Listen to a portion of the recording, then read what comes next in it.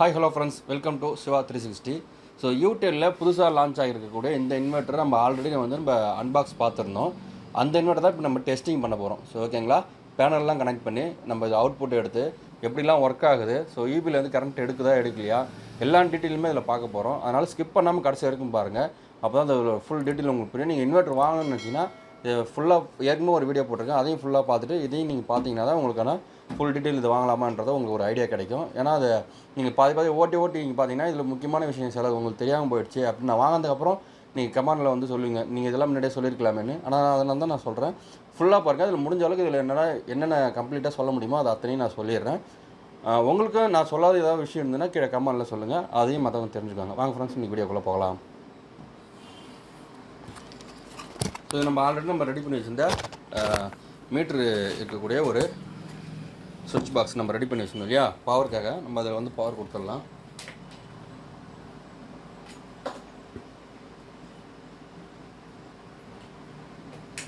Okay, power on பண்ணியாச்சு. பேட்டரிக்கு வந்து கனெக்ட் பண்ணிடலாம். பேட்டரியை நான் சீக்கிரமாக சார்ஜிங் கட் ஆஃப்லாம் பார்க்கணுன்றதுனால நான் சின்ன பேட்டரி கனெக்ட் பண்ணியிருக்கேன்.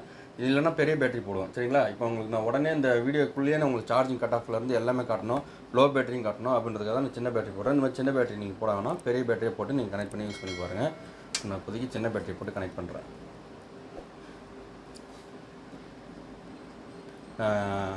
இன்வெர்ட்டர் கனெக்ட் பண்ணுறேன். ஸோ ஃப்ரண்ட்டில் வந்து எல்லா லைட்டுமே வந்து எரிஞ்சிருக்கும். கனெக்ட் பண்ணியாச்சு. Battery connecting. ஃபஸ்ட்டு ஒரு பல்ப் கனெக்ட் பண்ணுறேன். 60 வாட்ஸில் கனெக்ட் பண்ணியாச்சு. பேனல் வந்து கனெக்ட் பண்ணோம். ஸோ பேனலையும் கனெக்ட் பண்ணிடுறேன்.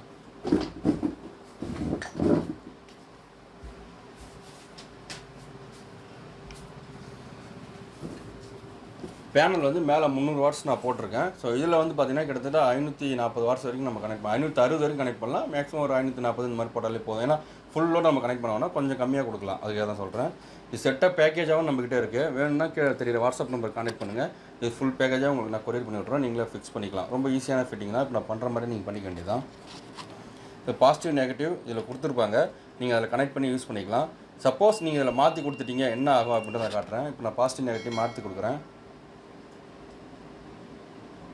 பார்த்தீங்கன்னா ஒரு சின்ன இண்டிகேஷன் லைட் ஒன்று எரியுது, தெரியுதுங்களா. ஸோ நான் இப்போ வந்து மாற்றி கொடுத்துருக்கேன் அப்படின்றத எனக்கு இண்டிகேட் பண்ணுது.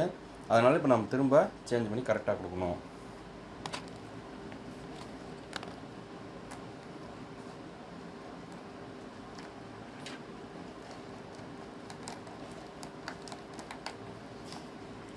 ஓகே, ஃபாஸ்ட்டு கனெக்ட் பண்ணிட்டேன். நெகட்டிவும் கனெக்ட் பண்ணியாச்சு. ஓகே, இப்போ ரெண்டுமே தெரியும்னு நினைக்கிறேன். இப்போ பாருங்கள், பவர் நான் ஒன்று ஆன் பண்ணல, நான் பவரை ஆன் பண்ணுறேன். பவரை கொடுத்துட்டேன். ஸோ சார்ஜிங் பவர் லைட் வந்துடுச்சு. இப்போ இதுக்கு பவர் இருக்குதுன்னு அர்த்தம், சரிங்களா. இப்போ ஒரு செகண்டு சார்ஜிங் போய்ட்டு திரும்ப கட் ஆஃப் ஆகிடுச்சு. இப்போ பாருங்கள், இன்வெர்ட்டர் எந்த ஒரு லோடுமே எடுக்கலாம். ஆனால் அவுட்புட்டில் 60 வாட்ஸ் பல்ப் எரிஞ்சிட்டு இருக்குது. இதில் வந்து சார்ஜிங்காக எந்த ஒரு வோல்டேஜுமே எடுக்கலை, பேனல்லேருந்து மட்டும்தான் உங்களுக்கு இப்போ போயிட்டுருக்கு, சரிங்களா. இப்போ இதோட அவுட்புட்டை வந்து நம்ம இன்க்ரீஸ் பண்ணால் என்ன ஆகுது அப்படின்றத பார்க்கலாம். லோடை கனெக்ட் பண்ணியாச்சு. ஸோ ப்ளோயர் வந்து கிட்டத்தட்ட ஒரு 500 வாட்ஸ் ப்ளோயரு. நம்ம இந்த பல்பை டிஸ்கனெக்ட் பண்ணிடலாம். டிஸ்கனெக்ட் பண்ணிவிட்டு ப்ளோயர் மட்டும் ஆன் பண்ணிக்கலாம். கிட்டத்தட்ட இப்போ பாருங்கள், சோலார்லேருந்து எடுத்துகிட்டு இருக்கு. பேட்ரி வோல்ட்டு 10 வோல்ட் வந்தோடனே ஆட்டோமேட்டிக்காக வந்து பவருக்கு மாறிடுச்சு. 10 வோல்ட் வந்தோடனே ஆட்டோமேட்டிக்காக பவருக்கு மாறி உங்களுக்கு பவர்லேருந்து பவர் இதுக்கான இதை எடுக்க ஆரம்பிச்சிச்சுன்னா பேட்டரிக்கு சார்ஜிங் ஆக ஆரம்பிச்சிச்சு. ஸோ பார்த்தீங்கன்னா லோடு நம்ம அதிகமாக எடுத்து பார்த்துட்டோம். லோடு அதிகமாக எடுத்தோம்னா நம்ம கிடைக்கக்கூடிய பேனல் வோல்ட்டு ப்ளஸ் பேட்டரியோட லோடு இது ரெண்டுத்தையுமே யூஸ் பண்ணிட்டுனா ஆட்டோமேட்டிக்காக என்ன பண்ணுவோம், லோ பேட்டரி போய்ட்டு ஆட்டோமேட்டிக்காக வந்து பவருக்கு வந்து சேஞ்ச் ஓவர் பண்ணிவிட்டு உங்களுக்கு பவரில் ஒர்க் ஆகிட்டு இருந்தது. பார்த்தீங்கன்னா அந்த ப்ளோயர் போடுறப்போ உங்களுக்கு அந்த மாதிரி தான் சேஞ்ச் ஓவர் ஒர்க் ஆச்சு. இப்போ பாருங்கள், மறுபடியும் அந்த லோடு வந்து நம்ம நார்மலாக மாற்றினதுக்கப்புறம் ஆட்டோமேட்டிக்காக வந்து என்ன ஆகிடுச்சு பாருங்கள். ஸோ வந்து சோலார்லேருந்து சார்ஜிங் ஆக ஆரம்பிச்சிடுச்சு. அதே நேரத்தில் இப்போ சார்ஜிங் ஆகி முடிஞ்சிடுச்சு. சரி ஓகேங்களா, பேட்டரி சார்ஜிங் ஆகி முடிஞ்சிச்சு. அவுட்புட் மட்டும் எடுத்துகிட்டு இருக்குது. இப்போ இதுலேருந்து பாருங்கள், எந்த ஒரு வோல்டேஜுமே வந்து நமக்கு எடுக்கல. பவர் ஆனில் தான் இருக்குது, எந்த ஒரு வோல்டேஜுமே எடுக்கல. நீங்கள் இதை ஆஃப் பண்ணிட்டீங்க அப்படின்னா பாருங்கள் இப்போ ஆட்டோமேட்டிக்காக கரண்ட்டில் இருந்து மட்டும் தான் எடுக்கும். இன்வெர்ட்டரை மட்டும் சுவிட்ச் ஆஃப் பண்ணிட்டீங்க ஆட்டோமேட்டிக்காக வந்து பவரில் இருந்து மட்டும் தான் எடுக்கும். நீங்கள் எங்கேயாவது வெளியூர் போகிறீங்க அந்த மாதிரிலாம் இருக்கீங்களா, இதை நீங்கள் ஆஃப் பண்ணிட்டு போயிடுங்க. ஏன்னா உங்களுக்கு பவர் கட் ஆனாலும் உங்களுக்கு வந்து வேஸ்ட்டாக வந்து யூபிஎஸ் வந்து ஆன்லேயே இருந்து உங்களுக்கு போர்டில் அதிகமாக ஃபால்ட் ஆகாமல் இருக்கும். ஒன்லி பேட்டரி சார்ஜிங் மட்டும் பண்ணும், டிஸ்சார்ஜிங் ஆகாமல் உங்களுக்கு பேட்டரி பூஸ்டிங் அப்படியே வெயிட்டிங்லேயே இருக்கும். நீங்கள் வந்தோடனே யூஸ் பண்ணுற மாதிரி இருக்கும். ரெகுலராக ஆன்லேயே இருந்தது அப்படின்னா பகலையும் உங்களுக்கு சேஞ்ச் ஓவர் ஆகிட்டே இருக்கும் இல்லையா, பகல்லையும் உங்களுக்கு வேஸ்ட் ஆகிட்டே இருக்கும். ஒரு 4-5 நாள் வெளியில் போகிறீங்க அப்படின்னு நீங்கள் இதை ஆஃப் பண்ணி போகிறது பெட்ரு. ஏன்னா இந்த சுவிட்சை ஆஃப் பண்ணிட்டு போகிறது அப்போ தான் உங்களுக்கு வந்து கரெக்டாக இருக்கும். எந்த ஒரு இன்வெர்ட்டருமே சொல்கிறேன், நார்மலாக இன்வெர்ட்டர் பேட்டரி நீங்கள் போட்டிருந்தா கூட சரி, வெளியூர் போகிறீங்கன்னா இதில் இருக்கக்கூடிய சுவிட்ச் மட்டும், இந்த சுவிட்சை நீங்கள் ஆஃப் பண்ண தேவையில்ல. பவர் சுவிட்சை இதுக்கு வரக்கூடிய பவர் ஆஃப் பண்ணாமல் இந்த சுவிட்சை மட்டும் ஆஃப் பண்ணிட்டு போடுங்க. வேறு எதுவுமே பண்ண தேவையில்ல. அதை ஆஃப் பண்ணிங்கனாலே போதும், உங்களுக்கு அதிகமாக சேவில் இருக்கும். உங்களுக்கு இன்வெர்ட்டரும் அவ்வளோ சீக்கிரம் ஃபால்ட் ஆகாமல் நல்லா கொஞ்சம் லைஃபும் வரும். நம்ம அதிக வெளியில் போகிற ஆளாக இருந்ததுன்னா இல்லை ரெகுலராக ஆன்லேயே இருக்கலாம், ஒன்றும் பிரச்சனை கிடையாது. சரிங்களா? ரொம்ப இப்போ அவுட்புட் எடுக்கல, ஆனால் பல்ப் வந்து எரிஞ்சிட்டு தான் இருக்குது. கிட்டத்தட்ட 60 வாட்ஸ் பல்ப் எனக்கு எரிஞ்சிட்டு தான் இருக்குது அவுட்புட்டில். இதில் இன்னொரு மோடு இருக்குது. ஸோ மொத்தம் பின்னாடி பார்த்தீங்கன்னா 3 சுவிட்சஸ் வந்து கொடுத்துருந்தாங்க. இந்த 3 சுவிட்ச் எது இருக்குன்னு நான் சொல்லிடுறேன். ஃபஸ்ட்டு சுவிட்ச் வந்து பூஸ்ட் சார்ஜிங் அப்படின்னு ஒரு சுவிட்ச் இருந்தது. அது பூஸ்ட் சார்ஜிங்னா வேகமாக பேட்டரியை வந்து சார்ஜிங் பண்ணுறதுக்காக. இப்போ நான் பூஸ்ட் சார்ஜிங் ஆன் பண்ணுறேன். ஸோ வேகமாக வந்து பேட்டரி வந்து ஃபுல்லாக சார்ஜிங் வந்து பண்ணிவிடும். பூஸ்டிங்காக வேகமாக பண்ணோம். அதே நேரத்தில் வந்து உங்களுக்கு அதிகமான பவர் கட் இருக்கக்கூடிய ஏரியாவாக இருக்குது, எனக்கு சீக்கிரமாக வந்து சார்ஜிங் ஆகி அப்பப்போ ஒர்க் ஆகணும். நைட்லேயும் சரி எந்த நேரத்தாலும் கரண்ட் வந்து எப்போயாவது ஒரு சமயம் தான் வரும். அந்த நேரத்தில் வந்து டக்குன்னு குயிக்காக சார்ஜிங் பண்ணிக்கணும் அப்படின்றவங்க நீங்கள் அந்த மோடு யூஸ் பண்ணலாம். அதே நேரத்தில் வந்து நான் ஜென்ரேட்டர் வச்சு தான் சார்ஜிங் பண்ணுறேன் அப்படின்னா நீங்கள் அந்த இடத்துலையும் நீங்கள் வந்து அந்த மாதிரி யூஸ் பண்ணிக்கலாம். எதுக்குன்னா நீங்கள் நைட் டைமில் யூஸ் பண்ணிட்டீங்க, பேட்டரி ஃபுல்லாக ட்ரை ஆகிடுச்சு, அதுக்கப்புறம் கரண்ட் இல்லை அப்படின்றப்போ ஜென்ரேட்டர் ஆன் பண்ணி யூஸ் பண்ணுவாங்க. அந்த நேரத்தில் வேகமாக சார்ஜிங் பண்ணால் தான் நமக்கு வந்து யூஸ் பண்ண முடியும். அந்த மாதிரி வேகமாக சார்ஜிங் பண்ணுறீங்கன்னா அந்த மாதிரி இடத்துல நீங்கள் அதை வந்து பூஸ்ட் சார்ஜிங் வந்து யூஸ் பண்ணிக்கலாம். இல்லைனா நீங்கள் நார்மல் சார்ஜ் எனக்கு தெரிஞ்சு மேக்ஸிமம் வச்சுக்கலாம். சரிங்களா? அடுத்தது யூபிஎஸ் மோடுன்னு இருக்குது. நீங்கள் சிஸ்டம் எல்லாம் யூஸ் பண்ண போகிறீங்க அப்படின்னா நீங்கள் அதை வந்து யூபிஎஸ் மோடு சேஞ்ச் ஓவர் பண்ணிக்கலாம். யூபிஎஸ் மோடு சேஞ்ச் ஓவர் பண்ணிட்டீங்கன்னா உங்களுக்கு சிஸ்டம் வந்து ஷட் டவுன் ஆகாது. சரிங்களா? அந்த மாதிரி லோ வோல்டேஜ் ஹை வோல்டேஜ் வந்து ஆட்டோமேட்டிக்காக இன்வெர்ட்டர் சேஞ்ச் ஆகி தான் ஒர்க் ஆகும். அந்த மாதிரி ஒர்க் ஆகிறப்ப தான் உங்களுக்கு சிஸ்டம் வந்து எந்த ஒரு பாதிப்புமே இல்லாமல் கரெக்டான வோல்டேஜ் வந்து அது கொடுத்துட்டே இருக்க முடியும். அந்த மோடு நீங்கள் யூஸ் பண்ணுங்கள். சிஸ்டம் யூஸ் பண்ணால் மட்டும் யூஸ் பண்ணுங்கள். நார்மலாக நீங்கள் ஃபேன் லைட்டு தான் யூஸ் பண்ணுறீங்க அப்படின்னா நீங்கள் அந்த மோடு யூஸ் பண்ண வேணாம். உங்களுக்கு அதிகமான வந்து கரண்ட்டை வந்து ரொம்ப லோ வோல்டேஜ் வரக்கூடிய இடத்துல சேஞ்ச் ஆகிட்டே இருக்கும் உங்களுக்கு. சரிங்களா? அதனால் அதை சேஞ்ச் ஓவர் பண்ணாலும் நார்மல்லே வந்து வச்சுருங்க. அடுத்தது வந்து பார்த்திங்கன்னா லாஸ்ட்டில் ஒரு சுவிட்ச் இருக்குது. அந்த சுவிட்ச் வந்து எஸ்எம்டின்னு ஒன்று இருக்கும். சரிங்களா? கீழே வந்து நார்மல் இருக்கும். மேலே எஸ்எம்டியில் வச்சுருக்கேன் அப்படின்னா அதிகபட்சமான சோலாரில் வந்து உங்களுக்கு இருக்கக்கூடிய பவரை வந்து எடுத்து யூஸ் பண்ணோம். சரிங்களா? அந்த ஒரு டெக்னாலஜி தான் இதில் யூஸ் பண்ணியிருக்காங்க. பேனலில் எவ்வளோ வோல்டேஜ் நம்மளால் எஃபிஷியண்ட்டாக எடுக்க முடியும் அப்படின்றத பவரை வந்து அது ஆட்டோமேட்டிக்காக பேனலில் வந்து நம்ம எடுத்து யூஸ் பண்ணணும். பகலில் ஃபுல்லாக உங்களுக்கு சேஞ்ச் ஓவர் பண்ணுறது இது எல்லாமே பண்ணணும். இப்போ நான் அதை வந்து நார்மலாக வந்து மாற்றுறேன். நார்மல் மோடுக்கு தள்ளுறேன். இதில் எஸ்எம்டியிலேருந்து இப்போ நார்மலுக்கு சேஞ்ச் ஓவர் பண்ணியிருக்கேன். இப்போ நார்மல் சேஞ்ச் ஓவர் பண்ணோன்னா என்ன ஆகிடுச்சு பாருங்கள். இப்போ இதில் இருக்கக்கூடிய அவுட்புட்டுக்கு எடுக்கக்கூடிய வோல்டேஜ் எல்லாத்தையுமே வந்து பார்த்திங்கன்னா டேரெக்டாக இபிக்கு சேஞ்ச் ஓவர் பண்ணிடுச்சு. இப்போ இபியிலேருந்து தான் உங்களுக்கு எடுத்துகிட்ருக்கு. சார்ஜிங் ஆகிறதும் வந்து இபியில் தான் எடுத்துகிட்ருக்கு. சரிங்களா? சோலாருக்கு எந்த ஒரு இதுவுமே இல்லாமல் உங்களுக்கு ஃபுல் அண்ட் ஃபுல் பார்த்திங்கன்னா அதுலேருந்து மட்டும்தான் உங்களுக்கு எடுக்குது. அதனால தான் உங்களை அதை எஸ்எம்டியில் வைக்க சொல்கிறது. அதில் வச்சுட்டிங்க அப்படின்னா ஆட்டோமேட்டிக்காக உங்களுக்கு சோலாரை வந்து அதிகமாக யூஸ் பண்ணும்.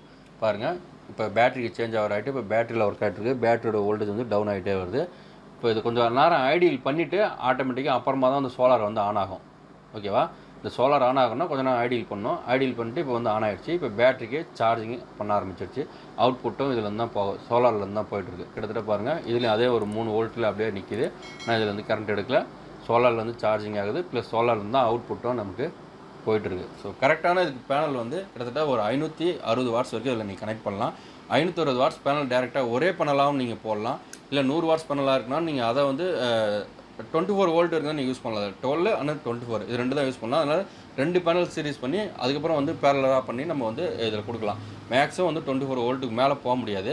இதில் அவங்க அதிகபட்சமாக கொடுத்துருக்க வாட்ஸ் வந்து வோல்டேஜ் வந்து பார்த்திங்கன்னா 53 வோல்ட்டு தான் வந்து கொடுத்துருக்காங்க. 15லேருந்து 53 வோல்ட்டு தான் நம்ம கொடுக்கலாம்.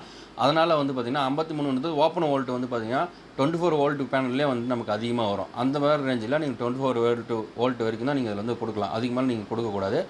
நீங்கள் 12 வோல்ட்டாகவும் கனெக்ட் பண்ணி கொடுக்கலாம், ஒன்றும் பிரச்சனை இல்லை. உங்கள்கிட்ட கூட அதிகபட்சமான வாட்ஸ் வந்து பார்த்திங்கன்னா ஒரு 560ன்னு சொல்லியிருக்காங்க. மேக்ஸிமம் 550 இல்லை 540 வந்து நம்ம நிறுத்திக்கலாம். அதிக மேலே போக வேணாம். ஏன்னா அது அவங்க கொடுத்துருக்கக்கூடிய ஆம்ஸ் வந்து கிட்டத்தட்ட 73 ஆம்ஸ் தான் கொடுத்துருக்காங்க. அதுக்கு தகுந்த மாதிரி நீங்கள் பேர் பண்ணி போட்டுங்க. அந்த 73 ஆம்ஸ் கூட நீங்கள் அப்படியே எப்படி வேணுமோ அதை பெருக்கி டிவைட் பண்ணி நீங்கள் யூஸ் பண்ணிக்கலாம். அதுக்கு மேலே நீங்கள் கொடுக்காதீங்க. கொடுத்தீங்கன்னா வந்து இன்வெர்ட்டர் வந்து ஃபால்ட் ஆகிடும். ஏன்னா அதில் ஒரு சார்ஜ் கண்ட்ரோலர் கொடுத்துருப்பாங்க. அந்த கண்ட்ரோலர் அவ்வளோ லைஃப் மட்டும் தான், அவ்வளோ சார்ஜிங்க்கு மட்டும் தான் அது கெப்பாசிட்டி இருக்கும். இல்லை ஓவர் ஹீட் ஆகி உங்களுக்கு ஒர்க் ஆகும். அவங்க கொடுத்துருக்கிறத கொஞ்சம் கம்மியாகவும் நம்ம கொடுக்கலாம். அப்போ தான் இன்வெர்ட்டருக்கு வந்து ஒரு சேஃப்டியாகவும் இருக்கும். சரிங்களா? அடுத்தது இதுலேயே வந்து பின்னாடியே வந்து மென்ஷன் பண்ணியிருப்பாங்க. பார்த்தீங்கன்னா தெரியும் அது என்ன ஆர்ம்ஸில் நம்ம யூஸ் பண்ணலாம், எல்லா டீட்டெயிலுமே வந்து இது கொடுத்துருப்பாங்க. இதில் வந்து 1100 வாட்ஸ் இந்த இன்வெர்ட்டர். நான் இப்போ காட்டிருக்கக்கூடிய வாட்ஸ் வந்து 1100 வாட்ஸ் கேவிஏ 1 கேவிஏ கிட்டத்தட்ட 1 கேவிஏ இன்வெர்ட்டரு. இல்லை நம்ம அவுட்புட்டாக எடுத்து யூஸ் பண்ணக்கூடிய லோடு வந்து பார்த்திங்கன்னா கிட்டத்தட்ட 880 வாட்ஸ் வரைக்கும் நம்ம அவுட்புட்டாக அது வந்து எடுக்கலாம். எல்லா இன்வெர்ட்டுமே 1 கேவிஏ 2 கேவிஏலாம் இருக்குன்னா அது குறிப்பிட்ட அளவு லோடுக்கு மேலே எடுக்க முடியாது. அதை வந்து வெளியில் யாரும் சொல்ல மாட்டாங்க. ஆனால் எல்லா இன்வெர்ட்டருமே ஒரு 1 கேவி நீங்கள் வாங்கினீங்கன்னா அதில் ஒரு 800 வாட்ஸ் தான் யூஸ் பண்ண முடியும். நீங்கள் 800 வாட்ஸ் வாங்குறீங்கன்னா ஒரு 500 வாட்ஸ் இல்லை 600 வாட்ஸ் தான் அதில் வந்து அவுட்புட் எடுக்க முடியும். மீதி வந்து இதுக்கான லாஸ் கணக்கு பண்ணி தான் அவங்க வந்து அந்த வாட்ஸ் அதை வந்து சொல்லுவாங்க. சரிங்களா? இதில் வந்து 1100 விஏன்னு சொல்லுவாங்க. 1100 விஏன்றது வந்து இந்த இன்வெர்ட்டரோட ஆக்சுவலான வாட்ஸு. இதில் வந்து அவுட்புட் எடுக்கிறது வந்து கிட்டத்தட்ட 880 வாட்ஸ் தான் வந்து அவுட்புட் எடுக்க முடியும். அது வந்து ஆவரேஜான வீட்டுக்கு அதுமாதிரி தாராளமாக போதுமான ஒரு வாட்ஸ் தான். கிட்டத்தட்ட ஃபேன்லேருந்து லைட்லேருந்து கிட்டத்தட்ட இவங்க இதில் சொல்லியிருக்கக்கூடிய ஃபேன் லைட்டோட ஒரு கால்குலேஷன் மட்டும் உங்களுக்கு நான் காட்டி சொல்கிறேன். நீங்கள் கிட்டத்தட்ட ஒரு 600 வாட்ஸ் இந்த மாதிரி தான் அவங்க கால்குலேஷன் பண்ணி சொல்லியிருக்காங்க. இதில் அவங்க 2 மாடல் வந்து சொல்லி கொடுத்துருக்காங்க. இதில் பார்த்தீங்கன்னா தெரியும் அவங்க கொடுத்துருக்கக்கூடிய பேனலோட வாட்ஸில் வச்சு கனெக்ட் பண்ணி சொல்லணும்னா ஸோ ஒரு சிஸ்டம் யூஸ் பண்ணலாம், 2 ஃபேன் யூஸ் பண்ணலாம், ஒரு லேப்டாப் யூஸ் பண்ணலாம், ஒரு டிவி யூஸ் பண்ணலாம், லைட்டு டியூப் லைட் வந்து 3 யூஸ் பண்ணலாம், நார்மலாக எல்இடி 15 வாட்ஸ் எல்இடி லைட்ஸ் வந்து ஒரு 3 யூஸ் பண்ணலாம் அப்படின்றது வந்து அவங்க சொல்லியிருக்காங்க. சரிங்களா? இல்லைன்னா நீங்கள் ஃப்ரிட்ஜெல்லாம் யூஸ் பண்ண போகிறீங்கன்னா இன்வெர்ட்டர் ஃப்ரிட்ஜ் போட்டிங்கன்னா இதில் நீங்கள் யூஸ் பண்ணலாம் அப்படின்னு சொல்கிறாங்க. இன்வெர்ட்டர் ஃப்ரிட்ஜ் போட்டிங்கன்னா ஒரு ஃப்ரிட்ஜ் போடலாம், 2 LED light 15 watts 2 LED light போடலாம், 2 டியூப் லைட் போடலாம், ஒரு லேப்டாப் வந்து சார்ஜிங் வந்து பண்ணலாம், அதே நேரத்தில் ஒரு ஃபேன் யூஸ் பண்ணலாம். ஸோ மினிமமாக நீங்கள் யூஸ் பண்ண போகிறீங்க. ஒரு நமக்கு வந்து எங்கன்னா அதிகமாக வந்து மெடிக்கல் ஷாப்பிங்லாம் பார்த்திங்கன்னா அவங்களுக்கு வந்து நிறையா மெடிசன்லாம் வந்து அதில் வச்சுருப்பாங்க. அது வந்து ஃபால்ட் ஆகக்கூடாது. அது வந்து கூலிங் வந்து குறைஞ்சதுன்னா உங்களுக்கு வந்து வேஸ்ட் ஆகும். அந்த மாதிரி இடங்களில் பார்த்திங்கன்னா அவங்களுக்கு கம்பல்சரி வந்து ஃப்ரிட்ஜு கேட்பாங்க. அந்த மாதிரி இடத்துல இன்வெர்ட்டர் ஃப்ரிட்ஜ் இருந்ததுன்னா நீங்கள் தாராளமாக போட்டு அழகாக யூஸ் பண்ணலாம் அப்படின்றத வந்து இவங்க மென்ஷன் பண்ணியிருக்காங்க இந்த வாட்ஸில். சரிங்களா? நம்ம ஆவரேஜாக வீட்டில் யூஸ் பண்ணக்கூடிய லோடு எல்லாத்தையுமே வந்து நம்ம கம்பல்சரி யூஸ் பண்ணலாம். ஸோ வேறு எந்த டவுட்ஸ் வந்தாலும் நீங்கள் வந்து கீழே கமெண்டில் சொல்லுங்கள். அதுக்கான வீடியோஸ் நான் வந்து முடிஞ்சால் அதில் மேக் பண்ணி நான் உங்களுக்கு போடுறேன். சரிங்களா? இப்போ நான் ஓரளவுக்கு எல்லா டீட்டெயிலுமே உங்களுக்கு கவர் பண்ணியிருக்கேன். இவ்வளோ டீட்டெயில் சொல்லியிருக்கேன். கண்டிப்பாக ஒரு லைக் பண்ணுறேங்க, ஷேர் பண்ணுறேன். மறக்காமல் சப்ஸ்கிரைப் பண்ணாமல் பார்க்குறீங்க நிறைய பேர், சப்ஸ்கிரைப் பண்ணுறேன். எனக்கு நீங்கள் பண்ணக்கூடிய பெரிய சப்போர்ட் அந்த சப்ஸ்கிரைப் தான். அதுதான் நான் அடுத்தடுத்த வீடியோஸ் போடுறதே எனக்கு வந்து ஒரு பூஸ்டிங்காக இருக்கும். சரிங்களா? இவ்வளோ விஷயத்தையும் சொல்கிறேன்னா யாருமே வந்து அவ்வளோ சீக்கிரம் இந்த இன்வெர்ட்டரில் இதெல்லாம் இருக்குன்றத வெளியில் யாரும் சொல்ல மாட்டாங்க. அவங்க வந்து ஃபிட் பண்ணுற வீடியோஸ் மட்டும் தான் போடுறாங்க. ஆனால் நம்ம வந்து ஃபுல்லாக டீட்டெயிலாக அவங்களுக்கு வந்து சொல்லணும். ஏன்னா இது நீங்கள் அடுத்து வாங்கி யூஸ் பண்ணுறீங்க அப்படின்னா நம்ம போட்ட வீடியோவை பார்த்து பல பேர் வந்து நம்ம இந்த பிஸ்னஸே ஆரம்பிச்சிருக்காங்க. இதில் நீங்கள் கமெண்டில் கூட நீங்கள் நம்மளை பார்த்து ஆரம்பிச்சிங்கன்னா கீழே ஒரு கமெண்ட் பண்ணுங்கள், அவங்களும் தெரிஞ்சுக்குவாங்க. சரிங்களா? இதில் நீங்கள் பயன்பெற்று இருந்தீங்க நம்ம வீடியோவை பார்த்து அப்படின்னா கீழே ஒரு கமெண்டில் வந்து நீங்கள் தயவு செஞ்சு அதை சொன்னீங்கன்னா தான் மற்றவங்களுக்கு புரியும். நீங்கள் போடுற கமெண்ட் எல்லாத்தையுமே நான் வந்து படிக்கிறேன்.